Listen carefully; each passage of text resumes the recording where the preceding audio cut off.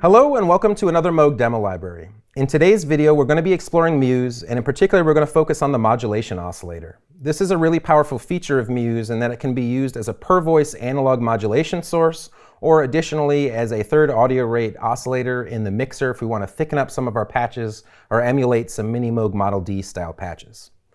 Now, it's different as a modulation source from all of the other mod sources on the panel in that we can't use it in the mod map and there's no assign button.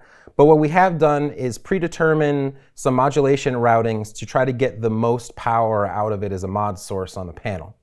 So it's able to modulate the pitch of oscillator 1 and 2 independently. It's able to modulate the cutoff of filter 1 and 2 independently. It's able to modulate the pulse width of oscillator 1 and 2 independently when they're set to pulse on the wave mix.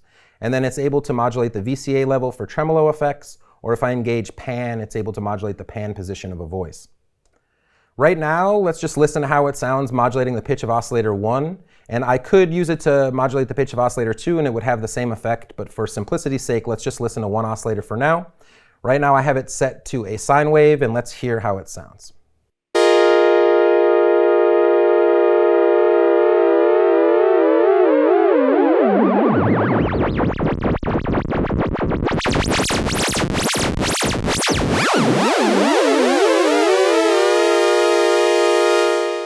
So as you can hear, we can get everything from a subtle vibrato to really extreme pitch sweeps. And you might also notice that its analog behavior results in some interesting phase relationships between voices where it's not operating as a global LFO, so there are some slight differences between voices and cycles.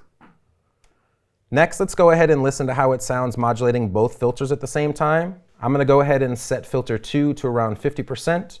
Filter 1 is set to a high pass, also at 50%, and they're operating in serial, so the filter 1 runs into filter 2. And we'll get a bandpass response as the modulation oscillator sweeps both of them. So let's hear how that sounds.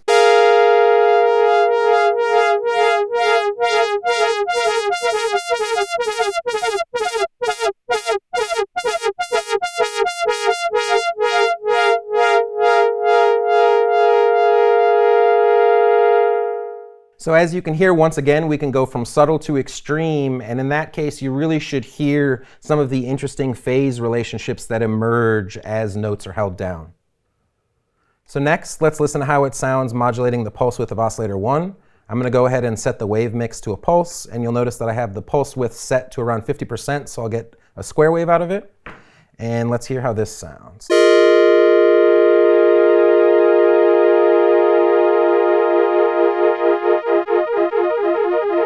You can hear that I can push it far enough that the pulse gets so thin and results in silence.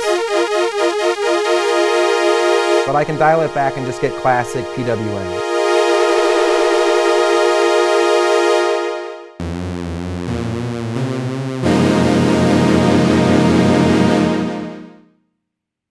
Next, let's hear how it sounds modulating the VCA level.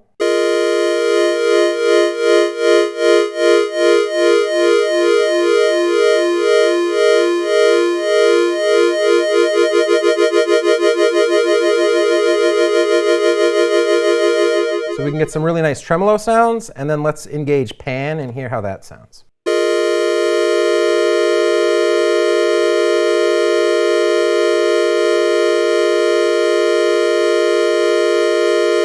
So you can hear our voice now sort of moves around in stereo based on the cycle of the modulation oscillator. Additionally, we can turn on keyboard reset, and what that's going to do is every time a key is played, it's going to reset the cycle of all of the modulation oscillators in the voices so that we can get a more consistent behavior on the onset of notes.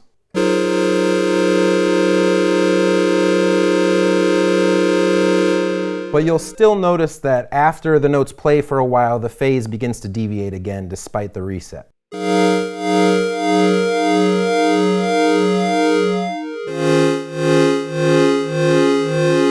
This can be a nice way to give us a more consistent behavior on the onset of notes. Additionally, we can engage unipolar mode, and what that's going to allow us to do is only modulate a panel parameter upwards. So let's say I have my filter set to 50%, and I only want to modulate the cutoff upwards so it gets brighter and not go above and below the position. I can do that using the unipolar mode. Another fun thing that we can do while we're operating at sub-audio rates is turn on keyboard tracking even though it's an LFO, and what that's going to result in is lower notes having slower cycle times while higher notes have faster cycle times, so we get an interesting relationship between notes across the keyboard.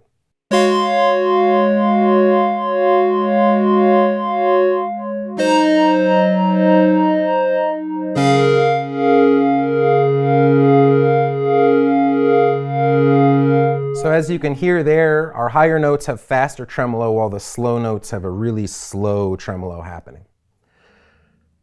So next, let's look at using it at audio rate. So I'm going to go ahead and I'm going to engage audio and bring the mod oscillator up in the mixer. With the keyboard tracking off, I'm just going to get a static note. But if I engage keyboard tracking, then we can get it tracking the keyboard, but as you can hear, it's out of tune. So I'm going to go ahead and turn hold on. I'm going to play one note. And I'm going to tune the modulation oscillator.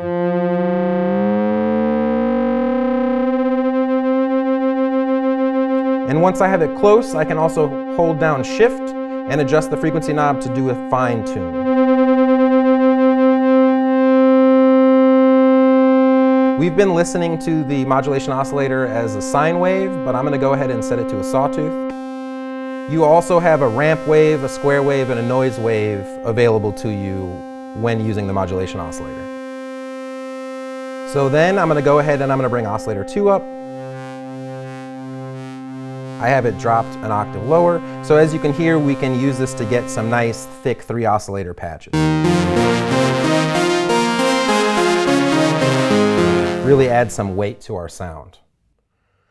Now while it's running at audio rate, we can also use it still to modulate any of these panel parameters to get audio rate FM. So let's go ahead and just listen to oscillator 1 again. I'm going to set its waveform to a triangle wave, and I've set the modulation oscillator back to a sine wave, and I'm going to engage oscillator 1 pitch modulation, and let's hear how this sounds.